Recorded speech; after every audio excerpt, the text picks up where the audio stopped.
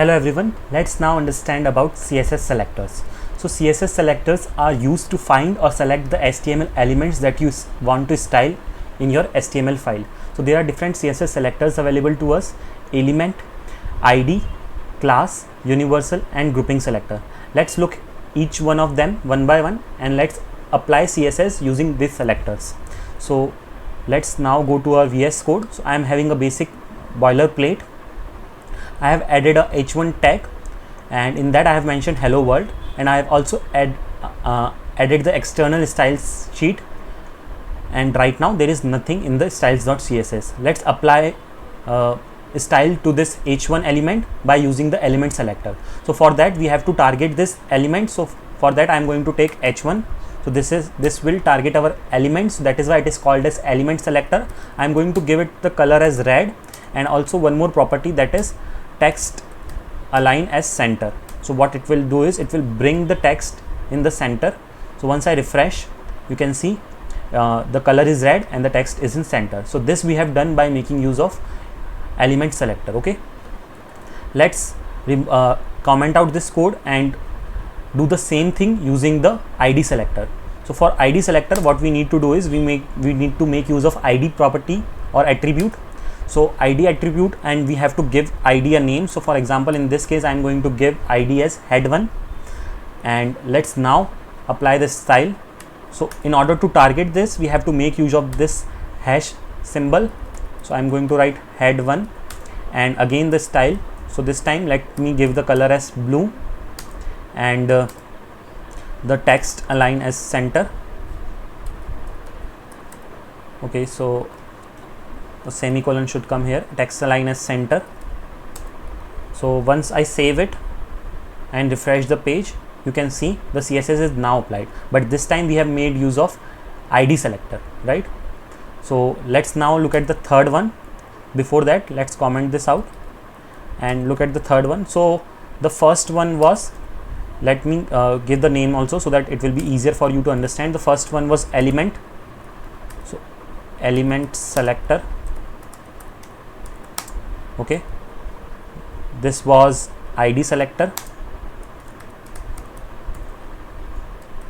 Okay, so let's see the next one that we have. So we have seen element and ID. The next is class selector. So if I have to do the same thing using class selector, let's see how can we achieve that. So for that, let's go to our index.html, and instead of ID we have to give a class name. So class name, let it be para1 or anything of your choice. So para1 is our class name, and in order to target the class, what we need to do, make use of, is a dot operator. Okay, so para1, and again we have to give the stylings. So let's give the similar styles, but this time the color should be green. Let's change the color and let's save it. So once I refresh the page, you can see the CSS is now applied. So this was class selector. Now the main use of class selector is, if you have multiple elements on your index.html, suppose we have a paragraph, we have h2, okay, and there is some content. So like this is h2, anything can be the content. So this is para, and I want so right now it will look something like this. I want that this same style should be applied to this is para also. So how can I do that? So if I want the exact same styles to be applied to that, what I will do is I will copy this class and apply to this para, okay, or any element that I want to style. So now when I refresh it, you can see the similar style will be applied to this. So this is the main use of class. But while we make use of ID, you have to make sure that ID should be unique and you cannot apply one ID to multiple elements. Okay, so this is the main difference between class and ID. Let's now move ahead and move on to our next selector, which is our universal selector. So I'm going to comment this out, and universal selector is the next that we are going to look. Okay, so universal selector. So basically suppose this is the same scenario that we have. Let's remove all the classes, because right now we are not making use of class selector. We will make use of universal selector. So suppose we have these three elements on our screen, that is h1, h2 and p, and right now our screen is looking something like this. Now what we want is, we want the styles to be applied on all the elements that we have on our page. Okay, all the elements that we have on our page. So right now we have three elements, we want that the style should be applied to all three of them. So what we are going to do is, we are going to make use of this universal selector. Universal selector is targeted using this star symbol, and then what we have to do is, we just have to simply add our CSS.